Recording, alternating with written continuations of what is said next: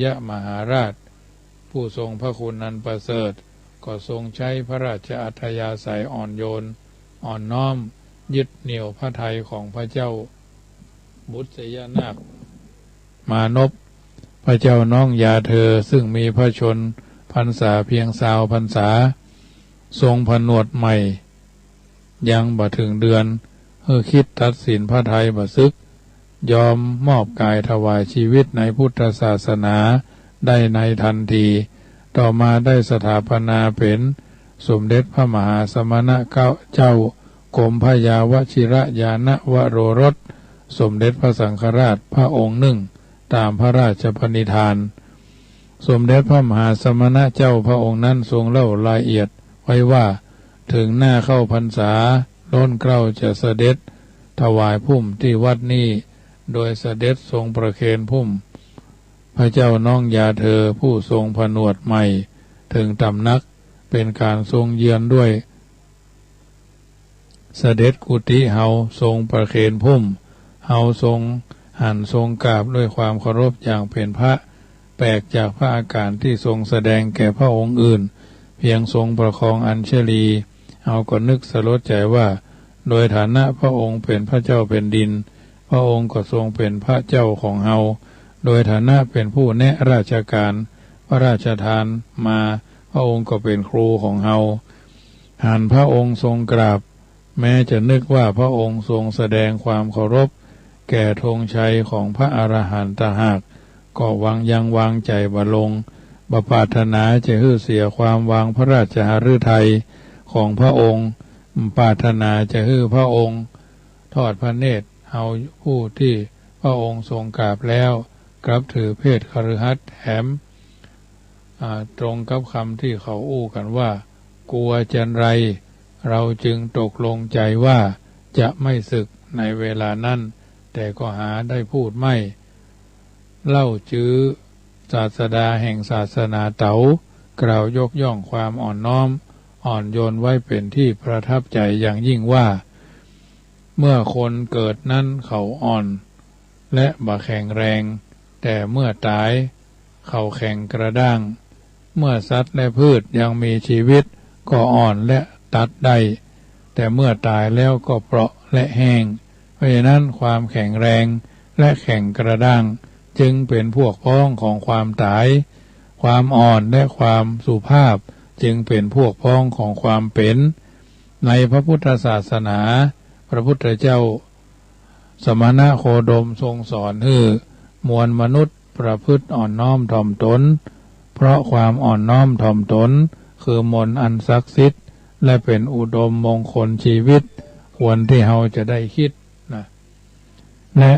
ดำรงชีวิตแบบอ่อนน้อมถ่อมตนควรอ่อนน้อมถ่อมตนให้คนรักอย่าเห่อสักทะนงตัวจากมัวหมองเพราะถ่อมลงสูงระหงเป็นหงทองแต่จองหองไฟสูง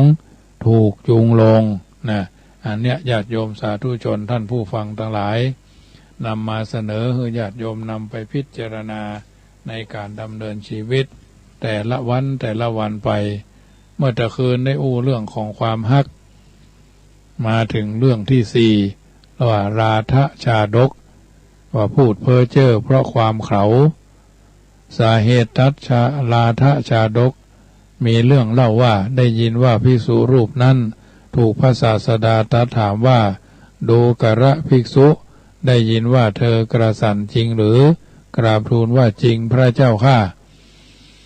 เมื่อตรัสถามว่าเพราะเหตุไรกราบทูลว่าเพราะหญิงผู้ประดับตกแต่งนางนึ่งจึงได้กระสันด้วยอำนาจกิเลสลำดับนั้นพระศาสดาจึงตรัสว่าดูก่อนภิกษุทั้งหลายขึ้นชื่อว่ามาตุคามไผ่ก็บ่สามารถรักษาไว้อยู่แม้ในครั้งก่อนเขาวางยามประตูควบคุมไว้ก็ยังรักษาไว้บ่ได้ท่านจะอ่านอย่างกับผู้หญิงแม้ได้แล้วก็ยังรักษาไว้บ่ได้ทรงนำอดีตนิทานมาเล่าให้ฟังว่ากาละล่วงไปแล้วพระเจ้าพมทัตเสวยราชสมบัติอยู่ณเมืองพาราณสีพระโพธิสัตว์เกิดในกำเนิดนกแขกเต้ามีนามว่าราทะส่วนน้องชายชื่อว่าป โปฏฐปาทะโปฏฐปาทะพรานผู้นึ่งจับได้ถึง2 ตัวนั่นตั้งแต่ยังน้อยๆแล้วฮือแก่พราหมณ์ผู้นึ่งในเมืองพาราณสีพราหมณ์ได้เลี้ยงไว้ในฐานะบุตรบุญธรรมแต่นางพรามณีของพราหมณ์นั้นเป็นคนรักษาบ่ได้ทุศีลพราหมณ์นั้นเมื่อจะไปทำการค้าขายจึงเรียกลูกนกแขกเต้าทั้ง2มา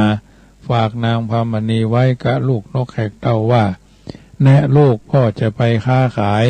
เจ้าคอยเอาใจใส่ดูแลมารดาของเจ้าทั้งกลางวันทั้งกลางคืนพึงรู้การไปมาของบุรุษอื่นดังนี้แล้วจึงไปนางพรามณีนั้นตั้งแต่พราหมณ์จากไปแล้วก็ประพฤตินอกใจผู้จะมาจะไปว่ากลางวันกลางคืนบ่เป็นประมาณหันดังนั้นโปฏฐปาทะจึงถามราทะว่าพราหมณ์มอบหมายนางพรามณีไว้แก่เฮาจุงได้ไปนางพรามณีนี้ย่อมทำบาปกรรมเฮาจะว่ากล่าวนางราทะห้ามว่าอย่ากล่าวเลยอย่าว่ากล่าวเลยโปฏฐปาทะบ่เชื่อฟังคำของราทะได้ต่อว่าข้าแต่แม่เพราะเหตุไรจึงทำบาปกรรมนางประสงค์จะฆ่าโปฏฐปาทะนั้นจึงทำเป็นยิ้มย่องเอ็นดูร้องเรียกว่าแน่พ่ออันท่านได้ชื่อว่าเป็นบุตรของเราตั้งแต่นี้จักไม่ทำละมานี่ก่อนเถิดพ่อแล้วจับโปฏฐปาทะผู้เข้ามาหากล่าวว่าเจ้าต่อว่าเฮามาหู้จักประมาณตนจึงบิดคอจนตายและโยนใส่เตาไฟไปพราหมณ์มาถึงพักผ่อนแล้วถามพระโพธิสัตว์ว่าแน่พ่อราทะมารดาของเจ้าประพฤตินอกใจหรือเปล่าได้กล่าวคาถาที่1ว่าแน่พ่อเฮากับมาจากการรอนแรมแล้วมาถึงเดี๋ยวนี้เองไม่นานแน่พ่อมารดาของเจ้าคบหาชายอื่นหรือเปล่าความในคาถานั้นว่าแน่พ่อราทะเรากลับมาแล้วจากการนอนแรมและเพิ่งมาถึงเดี๋ยวนี้เองบ่จ้ามานานบ่ใช่มานานแล้วเหตุนั้นจึงบ่ฮู้ความเป็นไปขอถามเจ้าว่าแน่พ่อมารดาของเจ้าบ่ได้คบหาบุรุษอื่นบ้างเลยหรือนกแขกเต้าราทะเมื่อจะฮื้อทราบจึงกล่าวว่าข้าแด่พ่อธรรมดาว่าบัณฑิตย่อมบ่กล่าวถ้อยคำที่บ่รอดทุกทั้งที่จริงหรือไม่จริงก็ตามจึงกล่าวคาถาที่2ว่าถ้อยคำอันประกอบด้วยสัจจะแต่บ่รอดทุกนี้บ่งามเลยดูแต่นกแขกเต้าโปฏฐปาทะถูกเผามกอยู่ในขี้เต้าฉะนั้นมุมมองของความฮักในราทะชาดกเรื่องนี้เป็นความฮักของผู้หญิงที่ชอบประพฤตินอกใจสามีคือมากชู้หลายใจหลายลักทำมาอย่างทำนองนี้เป็นเหตุที่สามีบ่ไว้วางใจจะไปไหนมาไหนก็เป็นห่วงว่าภรรยาของตัวจะทำอนาจารอย่างเรื่องนี้ก็คือว่าพราหมณ์ผู้สามีเลี้ยงนกแขกเต้า2 ตัวเป็นบุกบุญธรรมวันหนึ่งพราหมณ์ไปค้าไปขายนอกบ้านจึงสั่งให้ลูกนกแขกเต้าคอยดูพฤติกรรมของภรรยาแต่ว่าระหว่างสามีบ่อยู่นางก็ได้ทำอนาจารกับชายคนอื่นบ่เลือกหน้าว่าจะเป็นเวลากลางวันกลางคืนชนิดที่ว่าบ่เลือกเวลาไหนก็ได้ถ้ามีความต้องการเข้าทำนองที่ว่าเวลาไม่มีแดนเขตแดนไม่มีสำหรับผู้หญิงและผู้หญิงก็เป็นของสาธารณประโยชน์สำหรับผู้ชายอย่างนี้เป็นต้นและผู้หญิงประเภทนี้มักจะมีอารมณ์รุนแรงโกรธง่ายชอบบันดาลโทสะนางก็เหมือนกันเมื่อลูกนกแขกเต้าพูดความจริงจะเอาความจริงบอกแกพราหมณ์นางจึงได้ฆ่าเสียให้ตายเพราะฉะนั้นผู้หญิงประเภทที่ว่ามานี้บ่สมควรที่จะเอามาเป็นภรรยาด้วยอย่างยิ่งในสังคมเฮาปัจจุบันนี้ยังมีอยู่พ้องเหมือนกันภรรยาประเภทนี้เรียกว่าภรรยาเยี่ยงโจรเยี่ยงเพชฌฆาตสามีภรรยาเช่นนี้เช่นที่กล่าวมานี้จะทำให้ครอบครัวมีแต่พังกับพังแตกแยกมีโอกาสสัมพัทธ์กับความสุขได้อย่างแน่นอน แต่ก็อยู่ที่กรณีหรือเหตุการณ์ที่จะพึงบังคับอยู่กันอย่างระหวาดระแวงพ่องหรืออาจจะมีการปล่อยปละละเลยละทิ้งภาระหน้าที่ในส่วนของหัวหน้าครอบครัวจะมีต่อผู้ในครอบครัวเมื่อเป็นแบบนี้ความสุขจักมีแต่ที่ไหนแห่งประการหนึ่งในเรื่องยังสอนไว้ว่าบัณฑิตควรรู้จักกาลเทศะรู้ว่าสิ่งไหนควรบ่ควรโดยดังเช่นราทะนกราทะผู้เป็นพี่ชายทั้งหู้ว่าหญิงนั้นทำมาหยังและก็รู้ด้วยว่าหญิงนั้นเป็นคนเช่นไร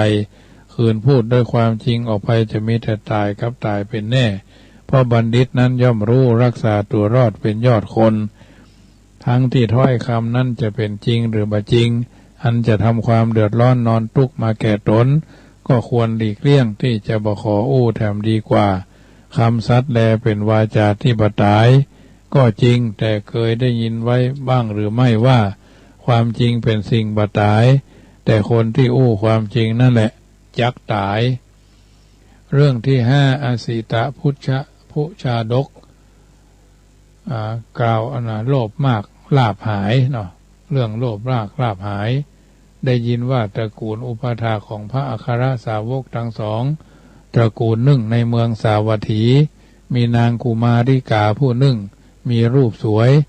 นับว่างามเลิศนางขั้นเจริญวัยใหญ่หน้ากล้าบานไปสู่ตระกูลซึ่งมีชาติเสมอกันสามีของนางบ่พอใจนางเป็นอย่างบางอย่างจึงเที่ยวคบหาใจไปในที่อื่นนางก็บ่เคยเอาใจใส่การที่สามีบ่ใยดีในตนนั้นนิมนต์พระอัครสาวกทั้งสองมาถวายตาลฟังธรรมตั้งอยู่ในโสดาปัตติผลตั้งแต่นั้นนางก็ปล่อยให้เวลาล่วงไปด้วยความสุขในมรรคและผลเกิดว่าแม่สามีบ่ใยดีเฮาก็มีการงานทางคารวะเฮาเกี่ยวจักบวชหรือจึงบอกแก่มารดาออกบวชบรรลุอรหันต์แล้วการกระทำของนางนั้นได้ปรากฏในหมู่ภิกษุครั้นวันหนึ่งภิกษุทั้งหลายมาสนทนากันในธรรมสภาว่าดูก่อนอาวุโสธิดาของตระกูลโน้นเป็นผู้แสวงหาประโยชน์ทราบว่าสามีไม่ใยดีได้ฟังธรรมะของพระอัครสาวกตั้งอยู่ในโสดาปัตติผลแล้วยังบอกลามารดาบิดาออกบวชแถมบรรลุอรหันต์แล้วดูกระอาวุโสทั้งหลายนางกุมาริกานั้นเป็นผู้แสวงหาประโยชน์พระศาสดาเสด็จมาตรัสถามว่าดูกระภิกษุทั้งหลายหมู่เธอสนทนากันในวัดนี้โดยเรื่องอะไรกันกาเมื่อกราบทูลว่าเรื่องชื่อนี้แล้วจึงตรัสว่าดูกระภิกษุทั้งหลายกุลธิดาผู้นี้เป็นผู้แสวงหาประโยชน์ในบัดนี้เท่านั้นก็หามิได้แม้ในการก่อนก็เป็นผู้แสวงหาประโยชน์เหมือนกันทรงนำอดีตนิทานมาเล่าต่อไปว่ากาละล่วงไปแล้วเมื่อพระเจ้าพมทัตเสวยราชสมบัติอยู่ในเมืองพาราณสีพระโพธิสัตว์บวชเป็นฤาษียังอภิญญาและสมาบัติคือเกิดแล้วสำนัก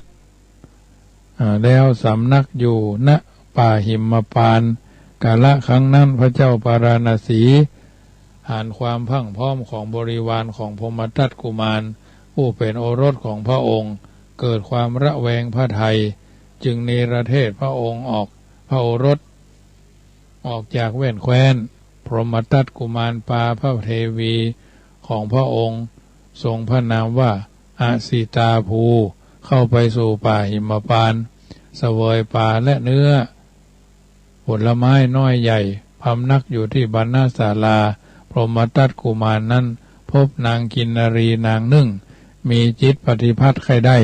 คือว่าจักเอานางกินนรีเนี่ยเป็นชายาจึงติดตามหอยนางกินนรีนั้นไปบ่ได้คำนึงถึงพระนางอสิตาภู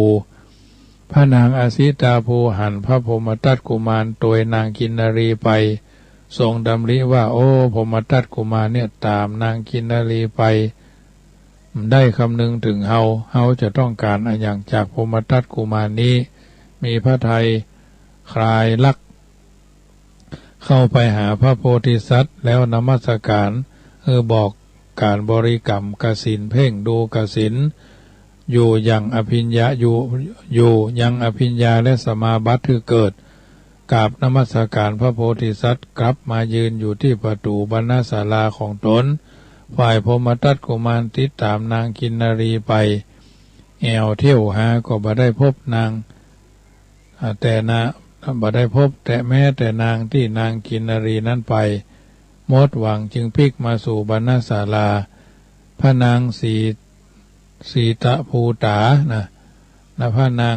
อาสีตะภูตาหันพรหมทัตกุมารเสด็จพลิกมาลอยขึ้นไปสู่เวหายืนอยู่บนณอากาศที่มีสีดังแก้วมณีตรัสว่าข้าแด่พระโอรสเจ้าข้าพเจ้าได้ความสุขในทางนี้เพราะอาศัยท่านได้กล่าวคาถาที่หนึ่งว่าท่านนั่นแหละได้กระทำเดี๋ยวนี้ให้ความรักในตัวท่านสลายไปแล้วความรักอันนั้นจะกลับมาติดต่ออีกไม่ได้ประดุจงาช้างอันชนเลื่อยตัดขาดแล้วฉะนั้นความว่าข้าแต่โอรสเจ้าท่านนั่นแหละผู้ละเอาตามนางกินนารีไปได้กระทำแล้วในบัดนี้ซึ่งเหตุที่คือความฮักของเฮาในตัวท่านสลายไปแล้วคือถูกละด้วยวิกะขำพระณปาฐาปหารวิขำพระณปหารเฮาถึงความพิเศษอันนี้ก็เพราะละความรักได้แล้วก็ความฮักนั้นจะกลับต่อติด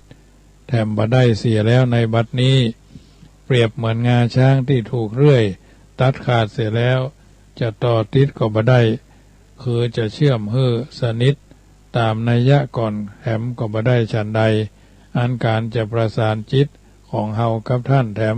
ย่อมมีบ่ได้ฉะนั้นขันนางกล่าวชนี้แล้วได้เหาะไปในที่อื่นทั้งที่พรหมทัตกุมารนั้นแลดูอยู่อย่างนั้นพรหมทัตกุมารนั้นเมื่อนางเหาะไปแล้วก็คร่ำควรกล่าวว่าบุคคลก็ย่อมพลาดจากประโยชน์เพราะความแสหาเพราะความโลภเกินและความมัวเมาความละโมบเหมือนอย่างเฮาต้องการต้องพลาดจากพระนางอสิตาภูฉะนั้นหมายความว่าความทะเยอทะยานอยากหาที่สุดบ่ได้กล่าวก็คือความปรารถนาในสิ่งนั้นๆเรียกว่าความแสหาความโลภที่มีที่เป็นไปเกิน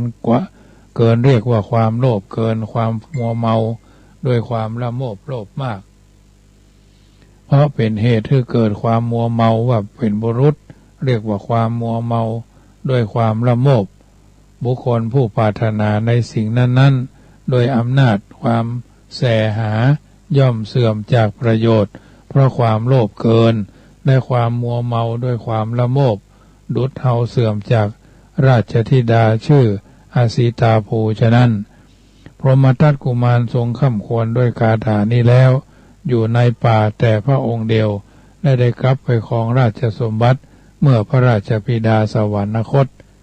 เพราะฉะนั้นญาติโยมสาธุชนท่านผู้ฟังทั้งหลายเรื่องละโมบโลภมากนะเพิ่นฮ้องว่าปากกว้างเหลือต้องนะปากกว้างเหลือต้องก็จะเป็นเช่นนี้แหละจึงนำมาเสนอเฮาท่านทั้งหลายนำไปคิดพิจารณาในการดำเนินชีวิตของเฮาเหล่าพุทธบริษัททั้งหลายในฐานะที่เฮาเป็นพุทธบริษัทมีพระพุทธเจ้าเป็นผู้นำมีพระสัทธรรมเป็นแผนที่มีพระอริยสงฆ์เป็นผู้ชี้ตัวเฮาคือแหล่งแห่งการทำดีและก็ทำชั่วดีชั่วอยู่ที่ตัวเฮาทำสูงต่ำอยู่ที่เฮาทำตัวเพราะฉะนั้นทรัพย์ทรัพย์5ประการเพิ่นบอกเอาไว้ว่าทรัพย์สิ่งของเงินทองนั้นเล่าเรียกว่ามีเจ้าเขามักหวงแหนจากได้ทรัพย์นั้นมันก็ยากแสนเก่าใหม่มาแทนมากแสนล้านตื้อของภัยของมันบ่เป็นบ่ปันยื่นแล้วแต่ฝีมือหาเซาะกินจ้างกินยินดีแต่เนาะก็จักอยู่ได้ไปเมินหูจักจ่ายใจไผก็ซักเสริญ ยามเมื่อมีเงินอย่าเพลินแอวเล่นแบ่งทรัพย์สิ่งของถูกต้องตามเส้นอย่าตามแบบกฎเกณฑ์บอกไว้ส่วนแบ่งสารมันต้องจ้างใจทรัพย์ก็จะได้ถูกตางส่วนที่หนึ่งนั่นอย่าฮื้อมันจางแบ่งปันสตางเลี้ยงยังตั้นเจ้าปิตามารดาจะลาแก่เท่าดูแลเรามาบ่ละแบ่งทรัพย์สิ่งของยกย่องท่านนะเปรียบพระในบ้านของเฮาพอดูตั้นไว้อย่าฮื้อได้เหงาเพื่อช่วยบรรเทาเอาใจเยี่ยมยื้อทรัพย์ส่วนที่สองต้องได้จัดฮื้อก็คือตัวเฮาต้องฮับอาหารการกินฮื้อยินดีนับรับประทานกันได้เช้าเย็นบ่ฮื้อทุกข์ยากลำบากเคืองเข็นมันเป็นประเด็นแบ่งทรัพย์ถูกต้องอันส่วนที่สามงดงามเกี่ยวข้องถูกตามตำนองบอกไว้สร้างโบสถ์วิหารศาลานั้นไซรวมถึงกุฏิก็บริจาคได้เป็นตาลเหมือนฝังทรัพย์ไว้วัดวาสถานจิตใจเบิกบานให้ท่านก่อสร้างส่วนที่สี่หนอจะขอบอกอ้างใจจ่ายสตางค์บ่น้อยลูกเมียอยู่หลังอย่าฮื้อต่ำก้อยเอาใจไฟห้อยพอดูอันว่าเมียฮักลูกน้อยคุณหนูเปิ้นเปรียบดังงูพิษร้ายว่าอันถ้าปล่อยให้เขาอดอยากอดกันปัญหาติดปันมากนักเรื่องภรรยาปุตตาลูกฮักจำเป็นได้เฝ้าพอกอยเรื่องครอบครัวนั้นสู้บ่มีถอยเหมือนขว้างลงดอยเต้าใดบ่กุ้มปัญหามากมายปากันมาลุ่มแบ่งทรัพย์ให้พอจ่ายใจส่วนที่ห้าหนอจะขอบอกไว้เก็บหอมให้ได้เป็นกุลยามแก่มาแล้วทรัพย์จักช่วยหนุนสุดท้ายไปลุนยามเจ็บป่วยไข้เหลือไว้รักษาเปิ้งปลามันได้เหลือจากนั้นไปแบ่งเก็บเขาจักมาหาเวลาเฮาเจ็บบัดเน็บแนมฮื้อจำในมีทรัพย์เหลือไว้เขาตึงเฟิงใจมาเฝ้าห่วงใยอะไรเกี่ยวข้องเหมือนขอนมีเฮ็ดเขาอยากจับต้องทรัพย์เงินสิ่งของมากน้อยมาลุ่มมาตุ้มมาตอมกันเนืองนั้นกะค่อยตึงใหญ่ตึงน้อยรุมราคนเท่าไร้ทรัพย์ไผบ่ถามหาเจ็บป่วยไข้มาหน้าตาหมองเศร้าการแบ่งทรัพย์สินจำเป็นแต่เจ้าตามลักทำเอาบอกไว้ให้ฮู้จักกินยินดีจ่ายใจแบ่งปันให้ได้ตามมีแม้น้อยหรือนักก็สมศักดิ์ศรีจัดสรรให้ดีเป็นที่ถูกต้องดำเนินการไปบ่ฮื้อขัดข้องทรัพย์สินเงินทองของใจจ้างใจจ้างกินตึงดีแต่ไส้บ่เดือดร้อนไม่นอนนายจบบรรยายไว้เต้านี้ก่อนและนายเหยสาธุชนท่านผู้ฟังทั้งหลายค่ำคืนนี้รายการเสียงธรรมก่อนรับตานำท่านทั้งหลายมาถึงช่วงสุดท้ายก่อนนำรายการจากท่านไปกุศลบุญญาราศีส่วนดีส่วนงามส่วนเหมาะส่วนควรที่ท่านทั้งหลายได้ยินได้ฟังแล้วนำไปเป็นนิทัศนะอุทาหรณ์ก่อนจะเข้าสู่นิทาแผ่เมตตาทั่วไปให้คนอื่นทั้งรักชื่นเกียรติชังแต่ครั้งไหนขอให้เขาได้ดีมีสุขใจอย่าหวั่นไหวแม้อมิตรที่คิดชังแล้วใจเฮาจักสบายคลายเล่าร้อนเพราะจิตผ่อนความเครียดแต่หนหลังอนีคาสุขีอัตตานังป้นทุกขังก่อเพราะจิตคิดตีเอ่ยสัพพพุทธานุภาเวนะสัพพธรรมานุภาเวนะสัพพสังฆานุภาเวนะใดในโลกล้วนสวดสดีสิ่งนั้นที่อันเป็นมังกละจงเกิดมีกับทุกคนทุกท่านสัพพีติโยวิวัจจันตุสัพพโรโควินัสสตุมาเตภวัตวันตรายโยสุขีทีคายุโก ภาวะอภิวาทานาสีลิสนิจังอุตตาปจายิโนจัตตารโอธรรมาว่าทันติอายุวันโนสุขังพลังความเสนียดจันไรอันจะเกิดแก่กายวาจาใจเฮือพิราชกาดกาธรรมะสี่ประการคืออายุวันนะสุขะ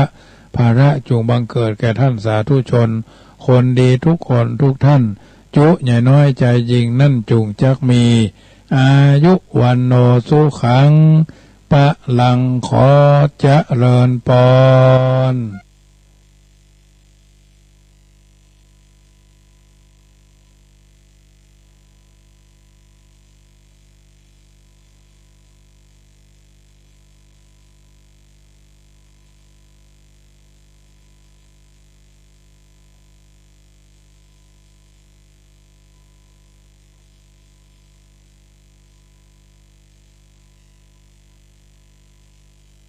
สถานีวิทยุกระจายเสียงพระพุทธศาสนาแห่งชาติและสังคมคลื่นเพื่อการศึกษา